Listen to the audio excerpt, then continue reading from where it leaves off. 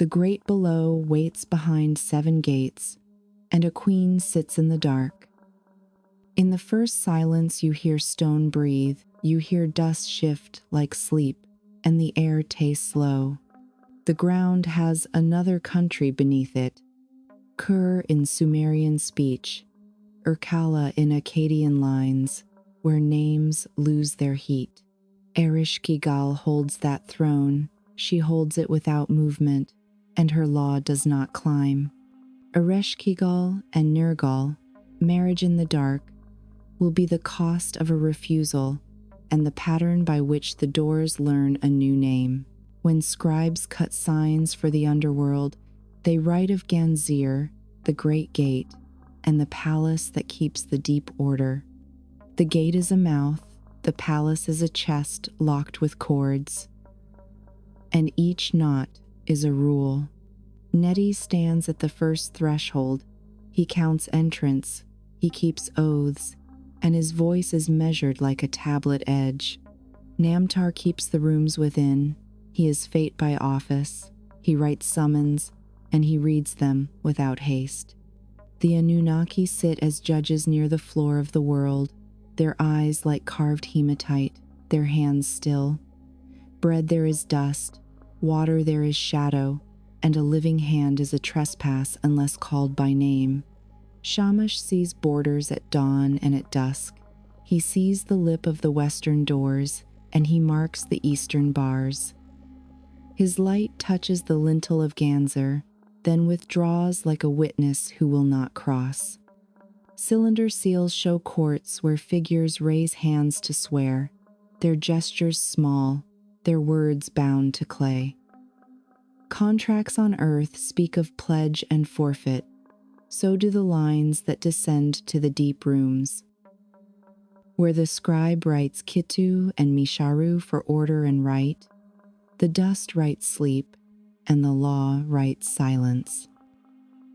Ereshkigal's kingship does not travel, her seat is a law that keeps her in place, and the stairs above are closed to her step. The old Sumerian verses say, "The great below is a land from which there is no return except by agreement." The Akkadian verses say, "Entry is by names and gates, and the return is a writ carved in danger." Ishtar's descent uses 7 gates to strip signs of power. Contrast is a teaching tool, not today's story, and it shows only the door protocol. Here, the queen remains seated, the court remains seated, and every offered chair for a living visitor is a question set like a trap. The banquet of the gods begins, and one seat, by law, is empty. The assembly raises their cups in the high air, they eat clean bread, and they drink bright water. The timing is ancient. Old Babylonian lines remember this scene, and later Nineveh copies keep it. The rule that binds the table is simple. If a ruler cannot rise, a messenger rises in her place, and the seat across remains empty. Ereshkigal sends her eyes and hands in Namtar, her vizier by duty, her mouth in the court above. One seat is kept vacant to mark her sovereign presence. That absence is not a slight, it is the law of the dark throne. A messenger climbs the stairs of the world. Namtar carries the queen's claim. He knows the rite of passage, he shows the writ that holds the seal, and he steps without hurry. His face is not the queen's face, but his words are the queen's words, and every oath at table binds him to her room. He walks past posts inscribed for Ea and Anu. He bows toward the light of Shamash, and he takes the seat that marks her absence. The assembly stands to honor the great below. They lift their eyes as if looking through the ceiling, and the empty chair keeps its charge. A god refuses respect, and the oath that binds the room is broken. One figure does not rise, his hands stay on the table, and his gaze stays narrow. The name that will be pressed into the story is Nergal, the hot god of battle and plague, the one who takes cities in fever. The insult is not to Namtar's face alone, it is to Ereshkigal's kingship, and the law feels it like a cut. The hall holds its breath like bronze cooling. The cupbearers do not move, and the words become slow. To refuse a messenger is to refuse the throne behind him, and the throne keeps records deeper than clay. Namtar descends with the report. His pace is steady, his words do not swell, and the queen hears everything. Administrative language holds the next moments. A claim is filed, a demand is written, and a remedy is named. She calls for the god who refused her. She names the gates through which he must pass, and she sets the court to receive him. The Anunnaki do not argue, they look to the doors, and the gatekeeper hears the order. Ganzir waits like a sealed chest in earth, and the cords will loosen only for the named offense. The upper world listens to the request. The assembly feels the weight of underworld law, and no one jokes. The gods know the border is real, because their shrines face the horizon, and their rituals speak to both heirs. Ea, who counsels when waters are deep, hears the case as if hearing a storm move under clay. The stories that survive give two paths. In one, the god will be sent in chains. In another, the god will be sent with wisdom, and the room chooses counsel. Ea speaks in a low voice. The rules of the underworld are simple and hard. Do not eat their bread, he says in lines that scholars copy, because the bread is dust, and it will bind your mouth. Do not drink their water, because the water is shadow, and you will thirst without remedy. Do not kiss them, no embrace, no washing, no anointing, because touch draws you into the ledger that the Anunnaki hold. Do not sit where they seat you, because a chair is a contract, and a contract in Ganzir has no cancel clause. Keep your weapons low, keep your head low, do not raise your hand first, and remember you are a living flame in a room that refuses fire. The tablets differ on detail. The Amarna version knows Egypt's horizon in the 14th century, and it keeps the bones of this advice. The Nineveh and Assur library copies, written in the 7th century, pass down adjustments. They name the same law, and they sharpen some edges. In both, Ea's counsel is a rope in a dark stair. It keeps a living god from becoming a quiet number. The counsel is not a charm against Ereshkigal. It is a way to enter without breaking the room, and a way to leave without breaking the world. Nergal's name overlaps with Era in other songs, the heat of battle, the fever that follows war, and the word that means crisis. That overlap matters only as weather behind his face. Here he is the one who did not stand, and he carries that fault like a brand. He takes the counsel, or he takes only parts. The texts argue, and the story holds both options without confusion. He will descend, and he will face the queen he has offended, and the court that counts breaths without sunlight. Before he moves, the scribe draws the border again, because borders are part of the spell. Shamash watches the doorway as the sun would watch a kiln. His light slides along the jambs, and then steps back. Neti waits where the first gate locks, his hands near the bars, his mouth ready with formula. The 7 gates are not decoration, they are stages of consent, and each bolt removed is an agreement to a cost.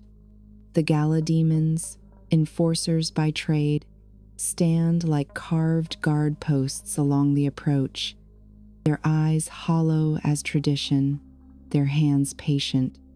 Ea teaches one more time.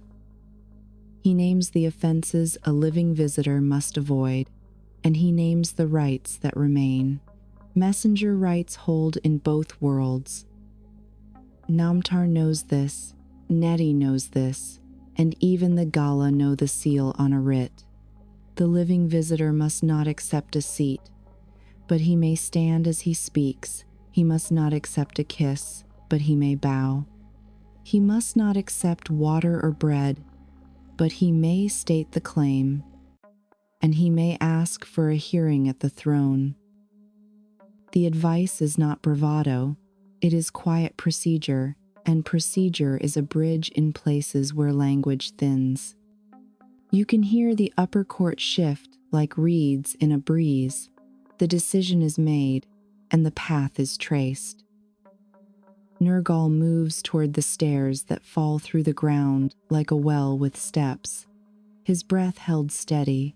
He carries the heat of battle in his shoulders, but he does not lift his weapons high, and he does not stride.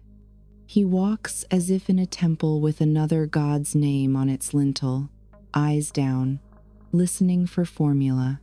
The clay of the border cools around his ankles, and the first shadow accepts him like ink accepts a reed. The world above continues, yet every eye watches the point where earth gives way. Temples keep their fires, priests wash their hands, and slaves grind barley without pause. The descent is not a delay in daylight, it is a separate calculation, and the time below keeps its own math. The old Sumerian words whisper from memory. Kur is a land without return, unless a bargain cuts a channel through law. This is why the council mattered. This is why the gatekeeper must be honored. Because a mistake here is not a bruise, it is a new address. Neti listens for the approach. He hears the sound of steps that still remember sun, and he calls for the first protocol. He does not shout, he recites, because recitation is a key. Name, father's name, mother's name, city, and claim. The pattern moves like beads on a string, and the god answers. In some copies, Nergal names Ea as patron for safety. He shows that counsel is at his back, and the gatekeeper hears the weight of that. In others, the authority is his own rank in the assembly, the right to appear, and the promise to observe rules. The first gate grinds, the iron thought of it makes teeth ache, and the air changes temperature by a memory. Neti notes the weapons. He notes their angle, and he notes the god's hands. No weapon is raised, the council holds, and the gate receives that courtesy as law. In the older Sumerian frame, power is stripped at each gate. In this Akkadian frame, the emphasis is on posture and consent, and the difference clarifies the queen's sovereignty. Ereshkigal does not need to strip a war god to ash. She needs his behavior to respect her floor, and that is what the doors enforce. The second gate answers the first like an echo. Its bars fold back like a slow mouth, and the path slides downward. The corridor is tight, the floor drinks light, and the silence is not empty, it is full of watching. Nergal keeps his head low. This part the texts agree on with a steady hand, and the Gala do not touch him. He is not a prisoner when he keeps the protocol. He is a petitioner, and petitioners are allowed to breathe. Clay walls sweat with old names, each one a person who never reached sunlight again, and the writing is cold. At the third gate, the door voice speaks again. It sounds like Neti, and yet older, and it demands the same truth. The god gives nothing new. He repeats claim and counsel, and he stands like a post.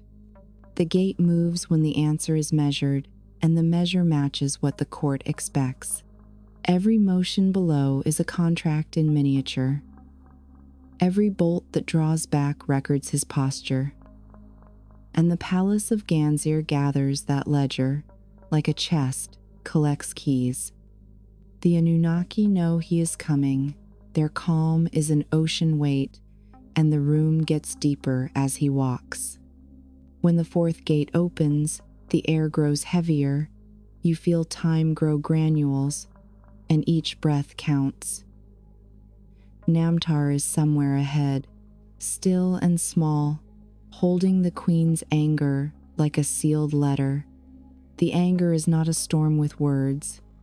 It is a memory of being refused, and the memory has a scale. Ea's counsel holds Nergal like a curb holds a wheel. He does not look for shortcuts, because the building is a law, not a town. In another room in another myth, Ishtar passes gates and gives up ornaments. Here the war god holds himself instead, and that is the point. At the fifth gate the questions narrow, and the corridor narrows with them. The ceiling feels close, and the guard's eyes do not blink. Neti does not flatter, he measures. His questions are rods against which a living god must align. Sources from Nineveh add lines about attendance. They suggest a troop waits behind Nergal like heat, and yet the protocol stays the same.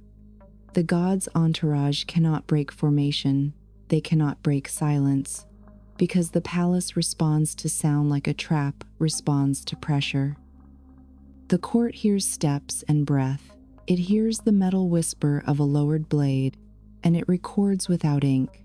The sixth gate is a hinge that holds the room of judgment on one side, and the stair on the other, and it does not forgive confusion. Nergal stops before it as one stops before an image that sees. He speaks name and claim again, and he does not add pride. He has kept his hands from faces. He has kept his lips from water, and his boots from chairs. Ea's words remain at his back, and the taste of dust remains at the word water, like a warning sewn into a syllable. The Gala lean in like statues that suddenly breathe, and then they lean back. The gates open one by one, the weapons lower, and the god steps inside. There is a sound like a seal rolled on wet clay. There is a sense of a page turning in a book made of stone, and the light thins further. Beyond the seventh threshold, the room of the queen holds stillness as if it were weight, and the throne does not shift. The Anunnaki are already seated, their faces worked with old patience, their hands folded like closed tablets. Namtar stands near the stair mouth, his back half to the queen, his eyes on the petitioner who once refused the empty seat above. Nergal does not sit. The rule keeps him on his feet, his eyes low and his breath steady. He does not speak first, because to speak first is to pretend the room belongs to him, and that is not true. He is a living god in a dead court. He is iron at the bottom of a river, and movement must be sparse. The queen has not spoken yet. She is a figure carved from the silence that holds the room together, and her crown is a shadow that does not move. The oath that broke above now reaches its answer, and the law gathers around it like smoke gathers around cedar. In the Amarna lines, the moment tilts toward seduction and consent. In the later lines, it tilts toward force and a dangerous grip, but the doorway is the same. The living god stands inside a closed ledger, the queen holds the pen, and the court watches ink form by breath. Ea's counsel has carried him through the gates without disgrace, and that is the only path that does not cost him his name. The first night begins like a slow curtain, the door behind him shuts, and the law of the dark takes the room. Part 1 closes as the gate bars settle in their grooves, as the guards return to their stations, and as the queen's silence holds. The visitor has crossed the 7 names of entry. He has lowered his weapons to the measure of the court, and he has obeyed the counsel that keeps a living soul from losing its edges. The room does not rush, it never rushes, because time here is not a line, it is a weight. The first night lays itself across the floor like a long cloth, and breath by breath, the 6 that follow begin to count. 6 nights pass in the dark, the hands do not let go, and the queen does not speak his name. The first evening tastes of iron, the second of ash, and the third feels like a door that breathes. The fourth sets a rhythm under the floor, the fifth learns the shape of a living shoulder, and the sixth holds stillness like a seal.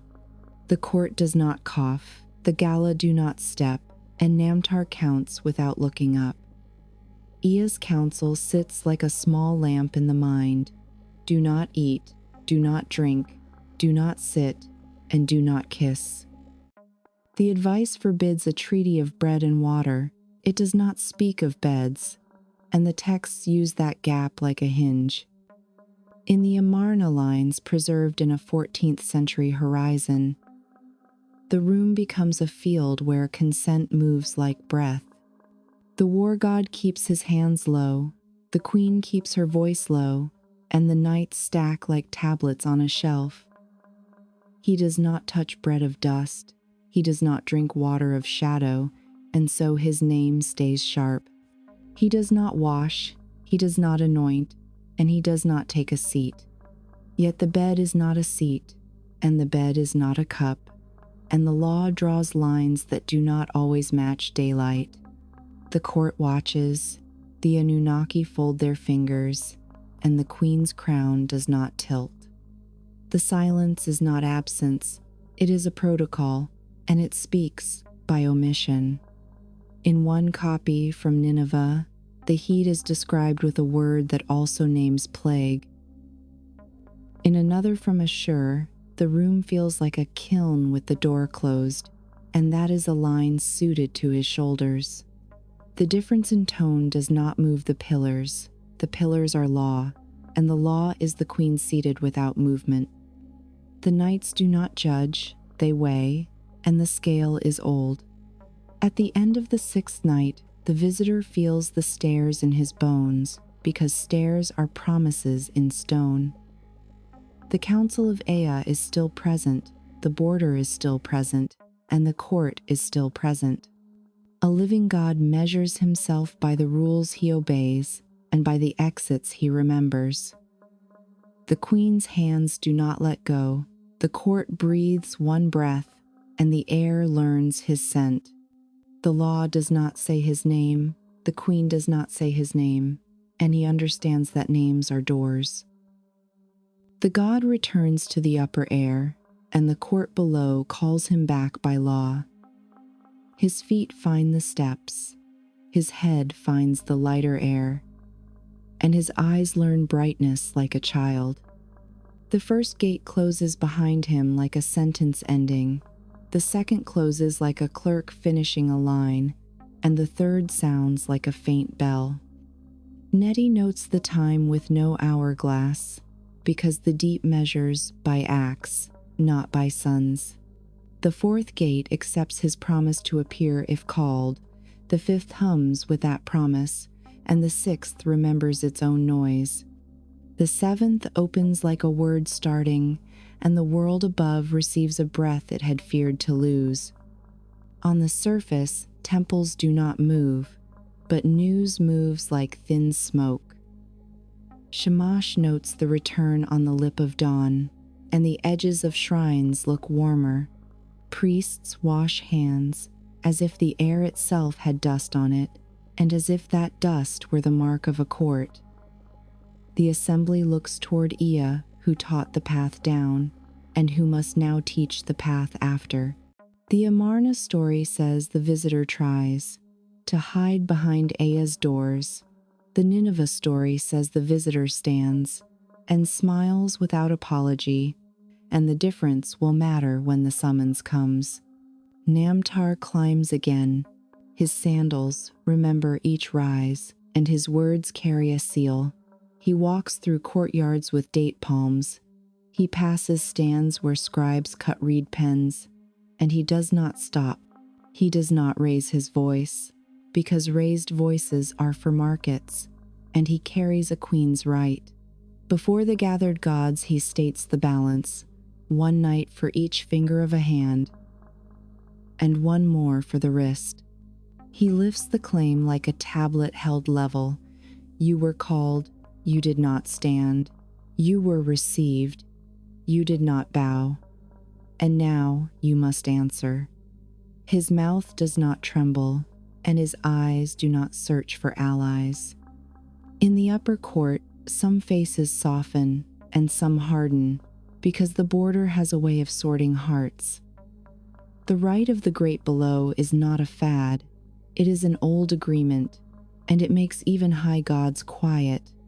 Ea reminds the hall that messenger rights hold, that summons hold, and that oaths hold. The matter is not romance in a hall with lamps, it is sovereignty in a room without Sunday.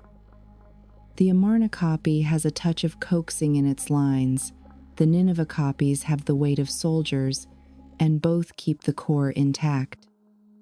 Nergal steps forward, his shoulders remember a throne that was not his, and his mouth remembers dust he did not eat. He bows to the messenger he once refused. He bows to the hall, and he bows toward the line where light becomes law. He has seen the queen's silence, and silence is not weakness. It is the center of an order. He hears the claim, he accepts the claim, and he starts toward the stair without being led. The court does not stop him, because consent is also a door, and this door has been named. The 7 gates shake again, the god does not stop, and hair is seized at the throne. This is the harder version, the lines from Nineveh and Assur that later readers remember with heat. The first gate opens quicker, the second follows like a sound chasing itself, and the third is already half open. Neti speaks the forms, yet his voice is rushed like wind in a reed bed. The fourth yields to a god whose patience is done, the fifth yields to a god whose counsel is now a sword, and the sixth groans. The seventh opens as if it had been waiting, and the court hears a step that does not slow. The throne room holds a shape that cannot bend, yet the shape is held by a person, and persons can be taken by the hair. The war god closes the last distance like a storm crossing a courtyard. He reaches with a hand that has broken cities, and he takes the queen by her braid. The Anunnaki recoil, not with fear, but with calculation, because a misstep here rips a wall in 2 worlds. Namtar does not move toward his queen, because he knows the next motion is law, and he will not decide it with his body. Gala demons lean, their fingers flexing like carved branches, yet they do not touch. In these lines, the sword is named, and the blade is bright with a word that also means plague. Nergal holds the queen upright by her hair, his other hand lowered, yet ready to finish the sentence his grip began. He speaks in the language of assemblies, not in the language of heat, and his words are precise. He names the seat refused, he names the night spent, he names the right to join or to punish, and he does not shout. His weapon does not rise to strike, it rises to define a border, and a border is a kind of mercy. Ereshkigal does not beg, she speaks like a queen who sits because a city must eat, and because the dead do not want chaos. She names his strength, she names her room, and she names the need that binds them both. The court listens for broken law and hears none, because the grip has not cut, and because the words have not lied. In the Amarna lines, this moment is soft. The bed becomes a treaty, and the treaty names him consort. In the Nineveh lines, This moment is hard. The drawn sword becomes a pen, and the pen writes two names on one seat. Silence makes a marriage, and the great below has two names on its chair. The sword lowers, the hand lowers, and the hair is released without tearing the crown. The queen lifts her face without a flinch.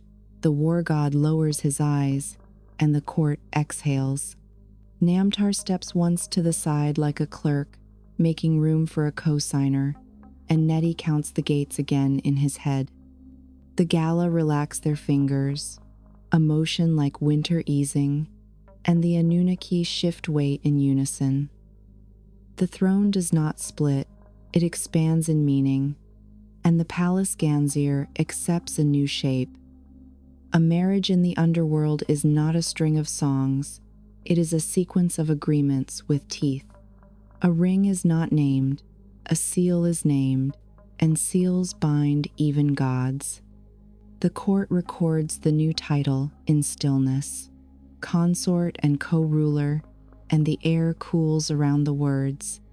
The order of the 7 gates stays the same, the rite of summons stays the same, but the face at the center of that order now has a partner.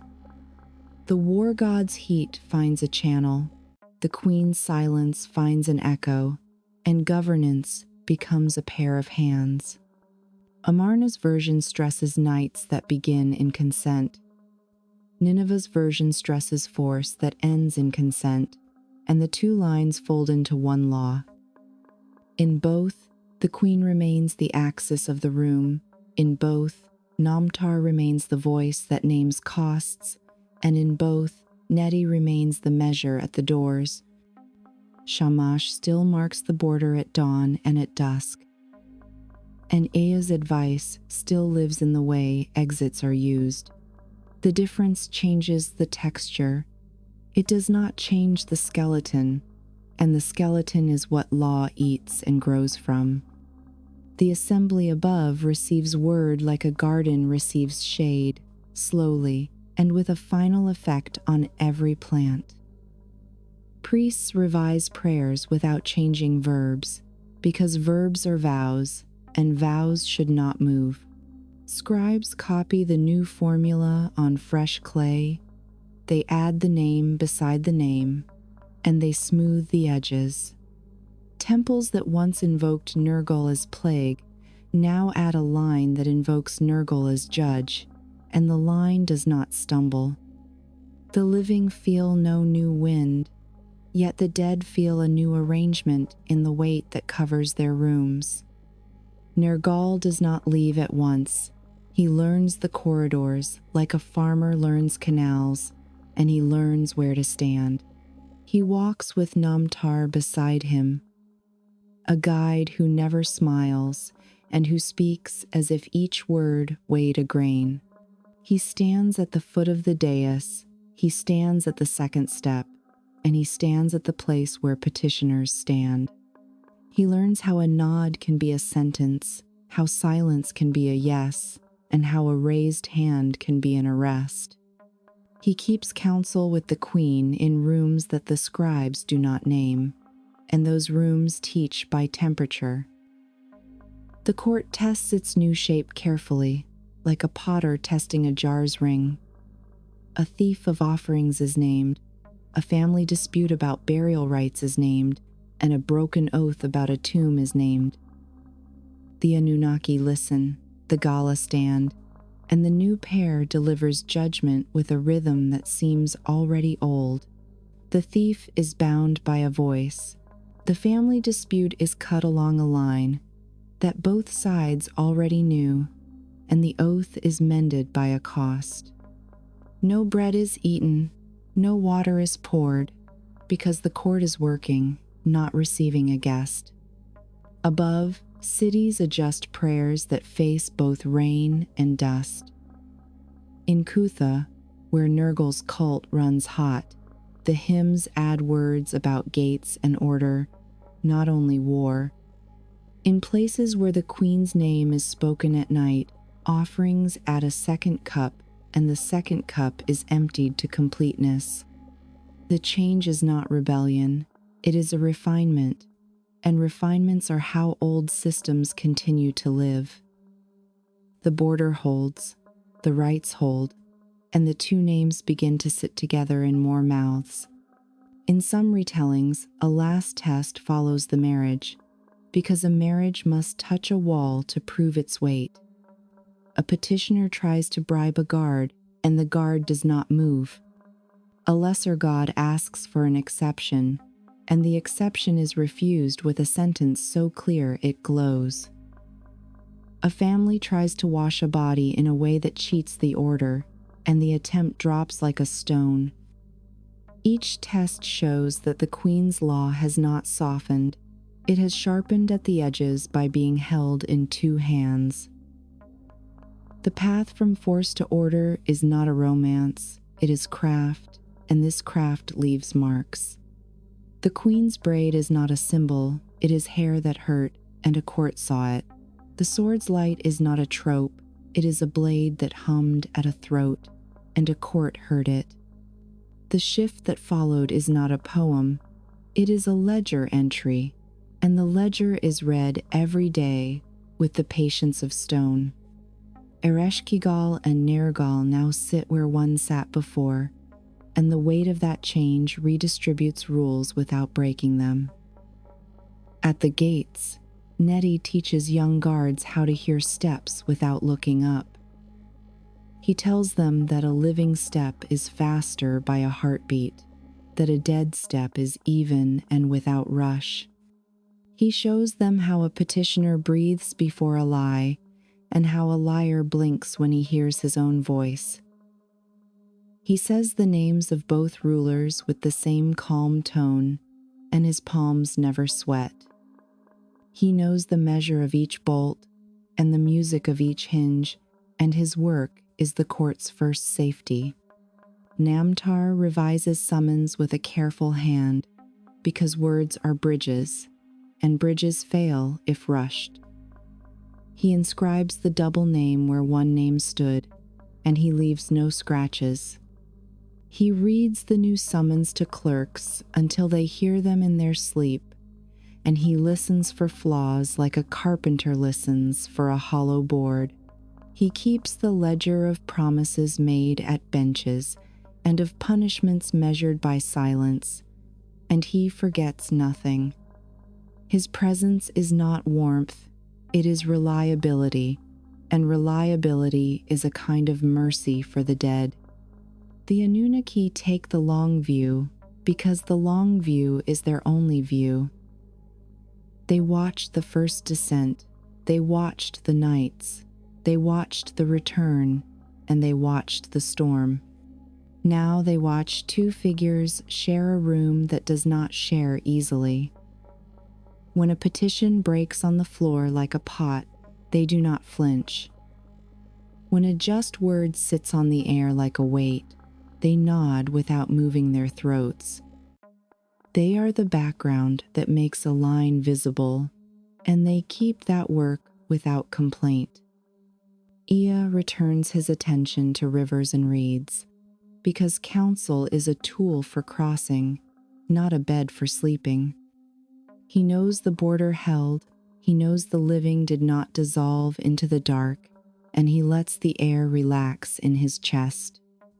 Shamash keeps walking the lip of doors at dawn and at dusk, his light a witness, his silence an affidavit.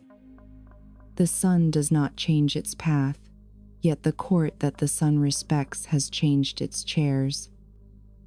The upper and lower rooms do not fuse, they align, and alignment is enough to keep both from tearing. The stories keep both shapes alive, because both shapes teach. The Amarna copy teaches that consent can govern a bed, and that governance can grow from a held breath. The Nineveh copies teach that force can be aimed at law, and that law can turn force into a chair. Both teach that the queen is the axis, both teach that the gates are procedures, and both teach that bread and water in that place are not gifts. The figure called Era in other songs watches from the edge, as if heat were a man listening, and that shadow will matter when talk turns to names. For now, the marriage stands like a pillar that learned a second face. The court works, the gates work, and the world above arranges offerings with new balance. The dead do not wake, but they rest under a government that has adjusted itself. The living do not rush to test the change, because wise cities do not touch fresh plaster. In the deep, the two sit, the two judge, and the two say yes and no with the same force. Night falls, and the palace Ganzir does not blink. Under its roof, the throne room remembers the hair that was held, and the sword that did not strike. It remembers the 6 nights, it remembers the step that returned, and it remembers the storm that did not become ruin. Tomorrow, petitions will come, and Neti will count them, and Namtar will weigh them. The court will listen, and the rulers will answer, and the gates will close on each decision with a sound like a tablet set to dry. 2 tablets tell the tale in different words, and the door still leads to the same room. One set of lines comes from Amarna, 14th century. It's Akkadian clay kept in a palace of letters. Another set comes from Nineveh and Assur, 7th century, their wedges pressed in the libraries of kings. The copies do not match in voice, the copies agree in bones, and the bones are gates, throne, summons, and marriage. In Amarna, the nights feel like consent tested by silence. In Nineveh, the second descent feels like heat crossing law. Both keep Namtar as vizier, both keep Neti at the doors, and both keep the queen seated like a fixed star. The Amarna horizon knows this story as bordercraft. It speaks of counsel held like a cord, and of 6 nights counted with still hands. The visitor refuses water of shadow, he refuses bread of dust, and his name keeps its edge. He climbs back to air for a breath, the court below calls him by right, and he returns as if obeying a contract. The moment of joining reads like a treaty recited under low light. The words are measured, the hands are quiet, and the ink is the room itself. Ereshkigal remains the axis, the court remains the weighing floor, and Namtar writes the outcome with a clerk's calm.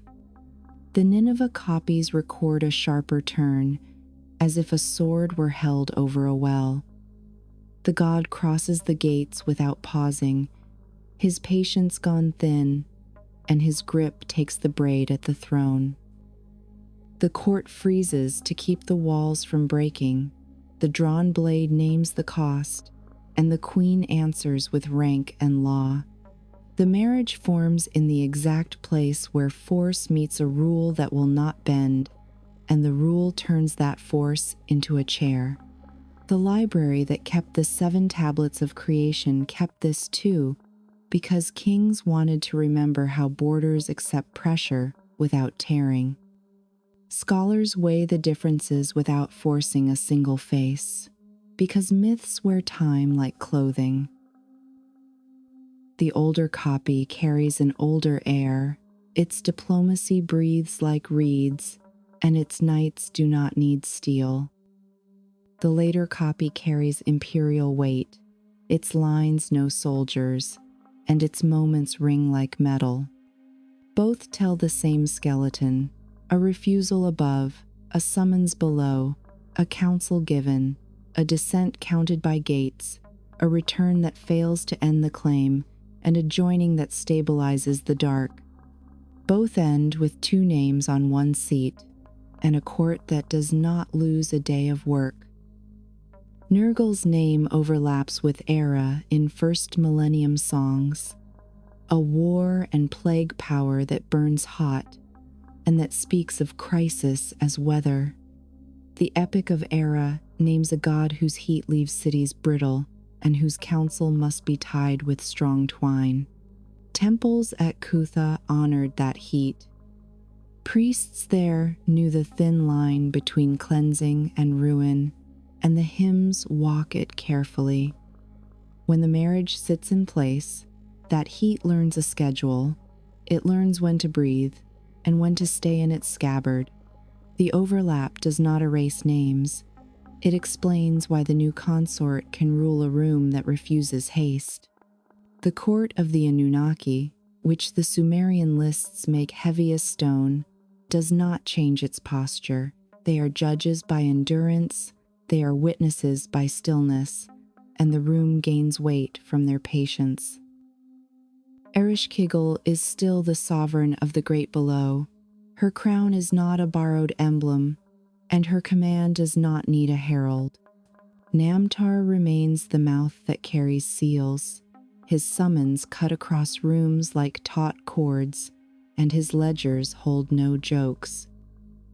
Neti remains the measure at each door. His formulas are keys, his questions are chords, and the 7 gates keep their sequence without adding ornaments.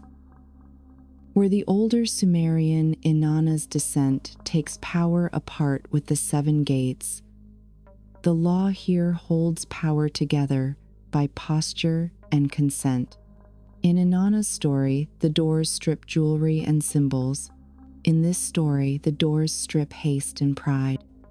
The echoes help more than they distract, because they clarify the function of gates and the aim of a throne. Ishtar's Akkadian path shows a queen who moves through loss.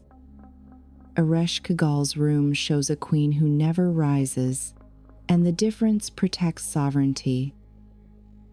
Both share the bread of dust and water of shadow, both share the rule against living touch, and both treat a seat as a contract that seals. The palace of Ganzir keeps these laws like a chest keeps letters, tight and dry, ready for reading. Oath language on earth speaks of pledge and guarantor, below it speaks of seat and cup. The messenger's right is the same in both rooms. The underworld's writ is the same in both worlds, and the penalties mirror each other by tone. Cylinder seals that picture. Assemblies with raised hands give you the gesture. They do not show the court of the dead, yet the habit is the same. A hand raised to swear, a hand held down to submit, and a mouth that recites names in a fixed order. Shamash, who sees borders at dawn and dusk, continues to walk the lintel of the door with his eyes.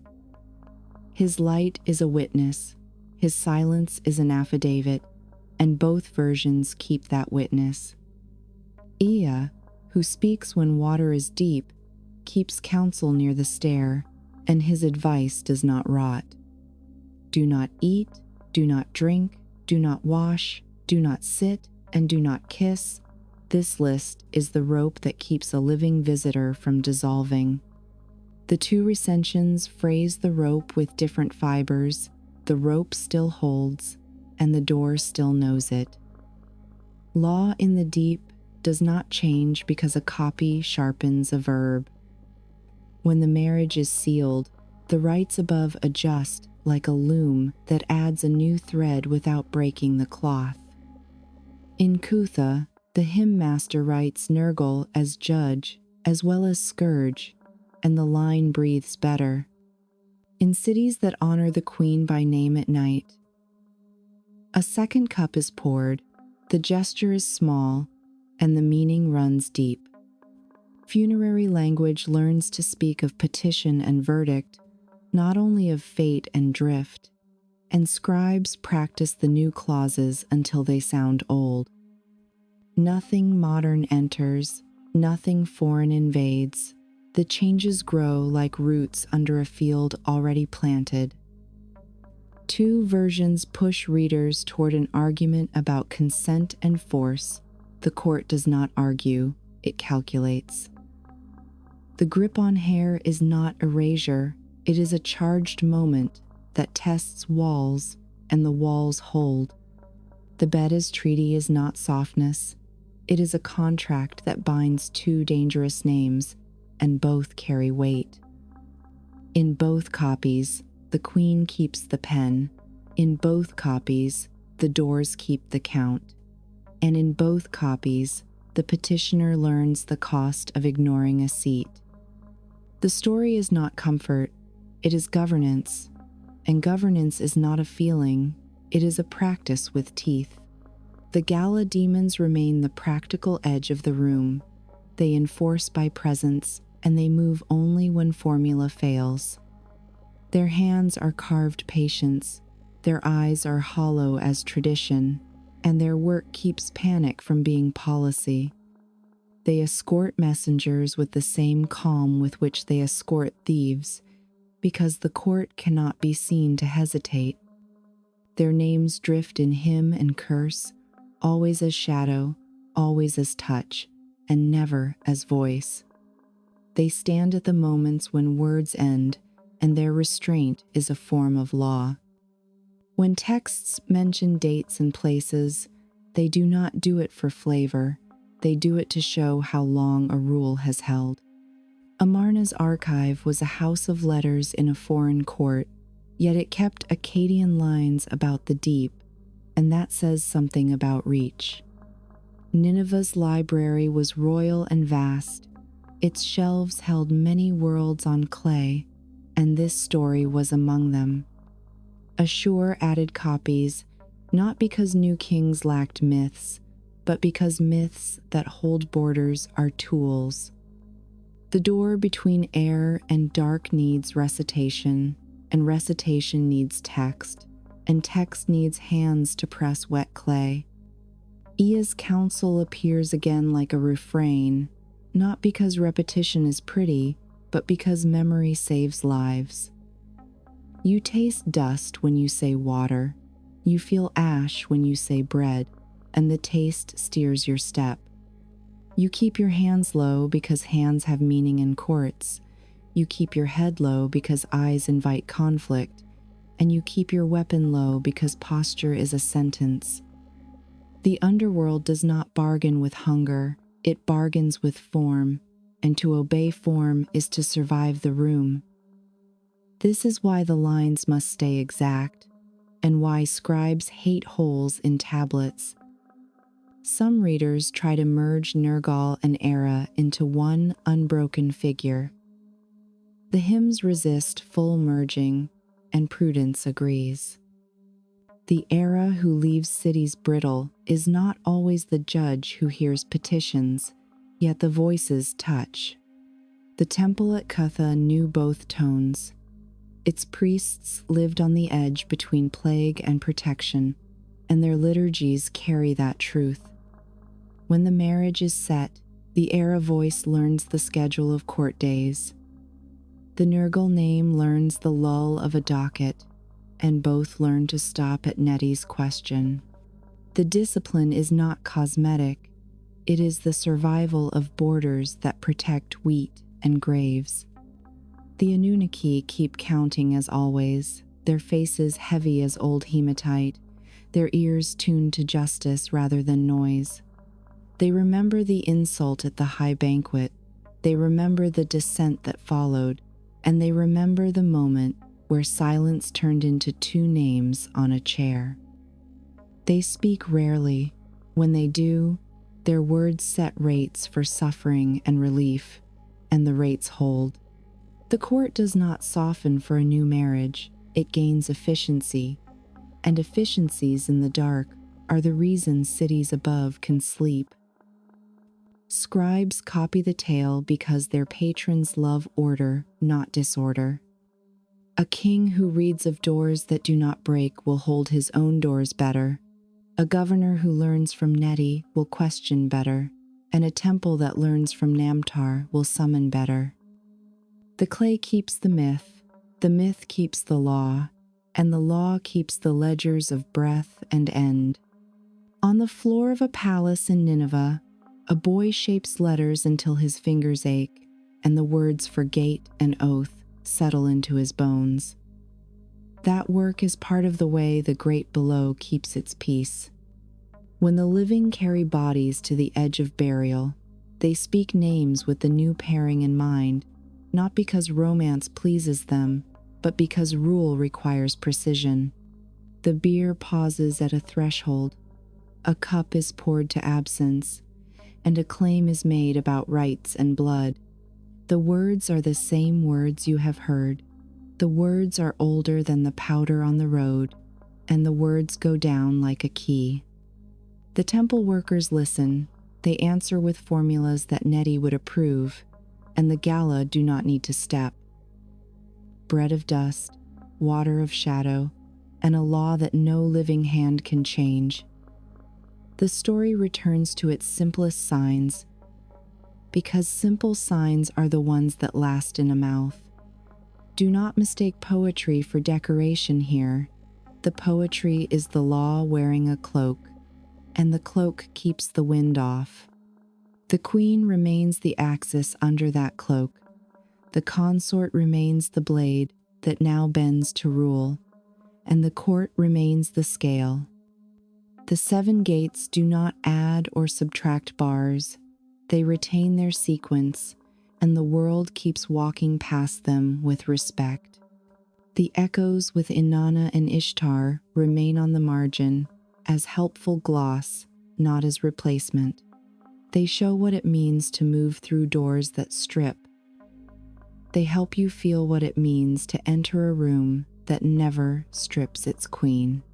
They protect your reading from foreign ideas that do not belong, and they keep the Mesopotamian frame intact. The law of the dead is not an import from a Nile room.